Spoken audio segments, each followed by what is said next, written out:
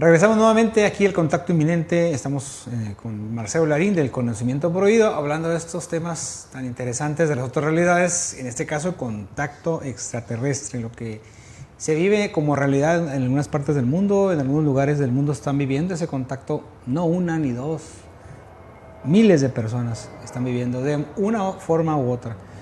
Cualquier pregunta que ustedes tengan aquí, comunicante.mx o cualquiera de mis redes en las cuales estamos transmitiendo, en el Facebook, para que nos pueda mandar algún comentario que usted desee acerca de este programa, de la entrevista con Marcelo Larín.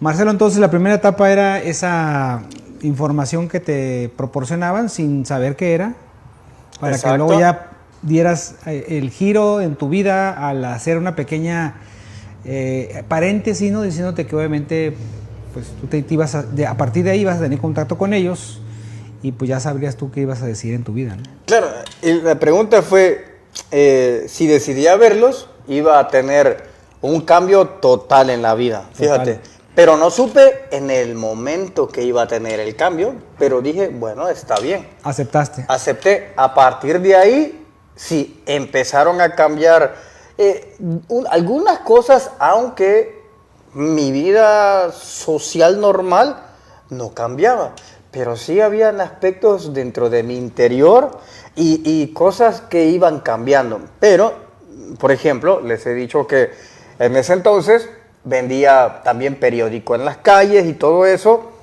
Entonces, cuando decidí hacer el cambio, de aceptar, mejor dicho, esa vida no cambiaba, en su momento no me estaba cambiando, pero sí veía que distintas personas que vendían, a los que yo les vendía el periódico y teníamos un punto de común que hablábamos de fútbol, por ejemplo, Monterrey y Tigres, ya no lo volví a ver. Entonces veía otra clase de personas que me hablaban de mantras, de libros espirituales. Entonces iba cambiando, fíjate. Entonces nos deteníamos a hablar un poco y eso sí me pareció un poco más raro, que ya no hablé, ya nunca me volví a encontrar clientes que me hablaran de fútbol. Ese era el principio del cambio que te habían dicho. Ahí comenzaba todo. Veía símbolos como el OM, símbolos que venían de carros, fíjate, o sea, carros ya traían el OM y distinto, y empecé a ver un cambio desde ahí. Hasta que después me sucede en Monterrey siempre, en el Cerro Topo Chico, y es cuando veo en físico, por primera vez, a los aliens.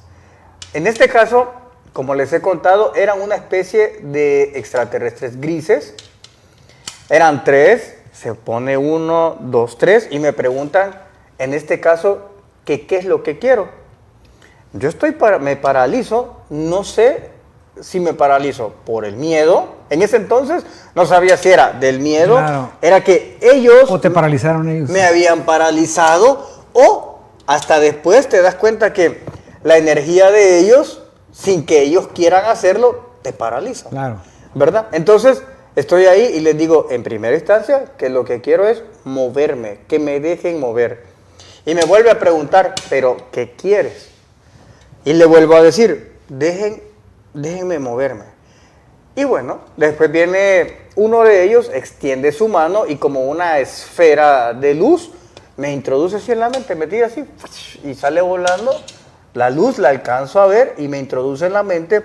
Y en ese momento es como que estalla algo así. ¡Pum!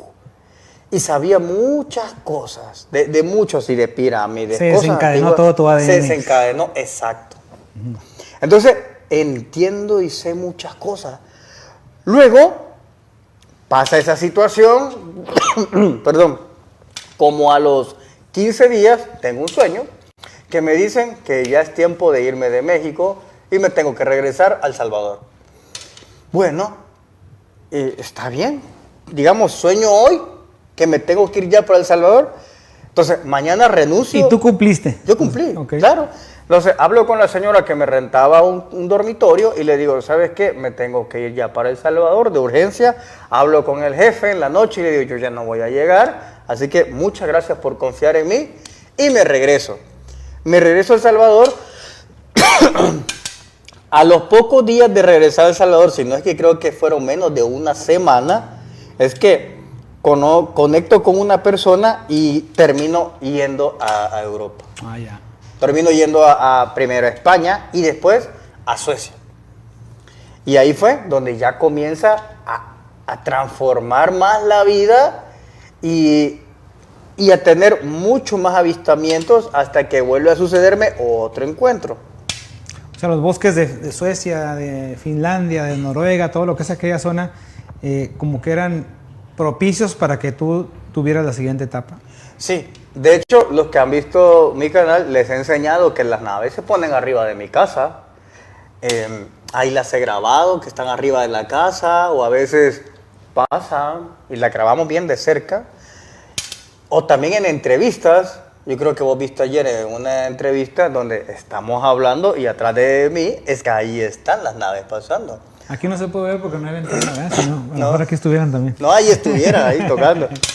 Lo interesante de todo, Marcelo, es que en este mundo de la información que tenemos nosotros, el contactismo que le conocemos, ¿no? Porque la gente habla de contactismo, muchos periodistas, estamos siempre supeditados a la misma información de que el contacto es muy tipo nuestro querido Sixto Paz, o sea que va a la montaña o va al desierto, se aparece una nube y luego sale de un ovni y el ovni les habla o manda una luz o un sendra como le conocen, o sea, y después le da un mensaje ecológico, un mensaje para cambiar la vida, un mensaje. Y entonces, ese es lo que nosotros consideramos a veces el contactismo, ¿no? Porque por otro lado, hay abducciones desde los años 40, 50 para acá, donde hay un rapto, donde es levantada una persona por una nave, donde le hacen experimentos, donde le meten jeringas. Entonces ya lo consideramos abducción. Pero ahora ocurre un fenómeno, Marcelo, y a ver en dónde tú puedes estar colocado, donde las personas ven las naves en el cielo, las graban y las están grabando de una manera extraordinaria, como nunca en los últimos 50, 60 años. Y de repente estas mismas personas no reciben mensajes, no se les presentan los seres, pero de repente dicen que han sido de alguna manera trasplantadas con un chip o les han puesto un aparato, un dispositivo y no son contactados porque no los están hablando con ellos, no se les están presentando. Mientras que en otros casos, el que está grabando las naves se convierte también en un testigo de estos seres que se le aparecen en su casa, que en la puerta de su casa aparecen, que los empieza a ver en ciertos lugares, sin recibir ningún tipo de agresión, ni abducción, ni implante. ¿En qué parte estás tú ahí, Marcelo, en este caso?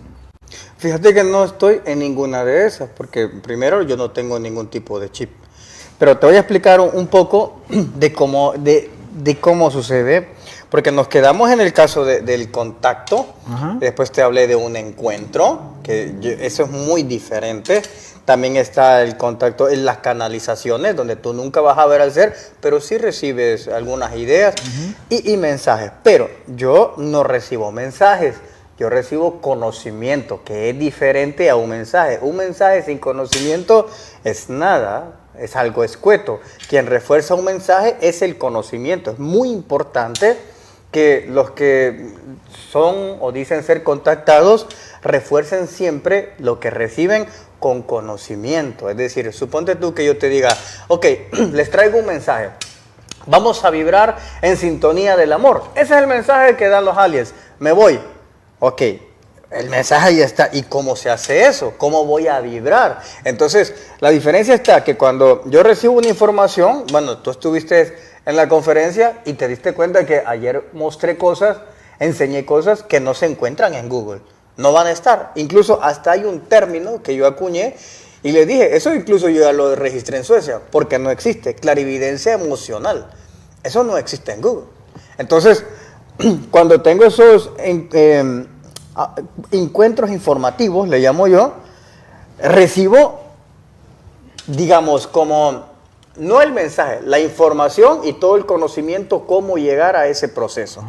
Entonces, por ejemplo, vibración, ok, viviremos en sintonía del amor. Y hemos escuchado también, siempre dicen, eleva tu frecuencia, eleva tu vibración, ok, esos son mensajes.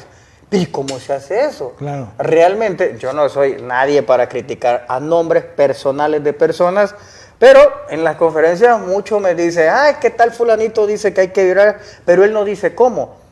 Pero es muy raro, porque ¿cómo un alien te va a decir, da el mensaje y no te dice cómo lo haces? Me parece un poco... O que lo haga él mismo, ¿no? Es decir, te voy a enseñar a meditar para elevar tu frecuencia, pero te voy a decir cómo lo vas a hacer. Claro. ¿No? ¿Qué sentido tiene que yo te diga que hay que elevar la frecuencia? Ajá, y entonces, ¿cómo lo haces? Entonces, dejas como un vacío realmente. Y lastimosamente es que hay muchas personas que mienten acerca de que son el contactismo. ¿Y sabes cuál es el problema? Y esto creo que hay que hablarlo con mucha responsabilidad, porque salen a cada rato diciendo, soy contactado, y después se descubre que era mentiroso. ¿Sabes el daño que le haces a todas las personas? Que no hablemos de mi generación, no, de generaciones antiguas que han sufrido abducciones, bullying, humillaciones, que también fueron contactados. Tú sales de sinvergüenza y te descubren que no, van a creer que todos los demás no lo son. O como las sectas que ha habido aquí en San Diego, estuvo la de Applewhite, que dijo, vámonos todos en la siguiente cometa, van a venir los aliens por nosotros, vámonos todos a un dormitorio, se fueron todas esas personas y todas se envenenaron para que fueran recogidas su alma por el cometa. Era una secta, ¿no? La de Applewhite. Y como ha habido muchas en la historia que han tenido la misma situación, un fenómeno muy raro de contacto, donde una voz o unos seres le dicen que hagan algo y terminan quitándose la vida, ¿no? En Barcelona, por ejemplo, habían dos amigos que escriben una carta. Ellos aseguraban que se contactaban con gente de Saturno, creo, y escribieron una carta que decía, nos fuimos con los extraterrestres, y se pusieron en la vía del tren y el tren se los pasó llevando. Entonces ellos decían que ellos le dijeron que se quedaran ahí, que los matara y ellos se los iban a llevar, y terminaron con esa nota. Entonces es muy importante de que usted que asiste a eventos, a conferencias, haga preguntas, cuestione, eso es muy importante. Hay línea delgada en ese tema, ¿eh? Claro, exacto. Pero es muy importante el cuestionamiento. Pero también aquí viene un contrapunto. Porque en las plataformas de YouTube, por ejemplo, hay personas que entrevistan a contactados.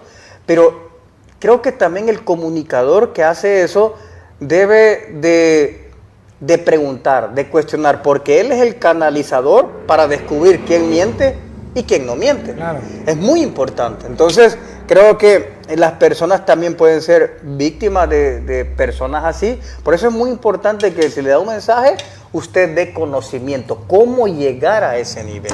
Pues estamos, como te digo, en una era en la cual lo que nos habían enseñado de contactismo, ¿no?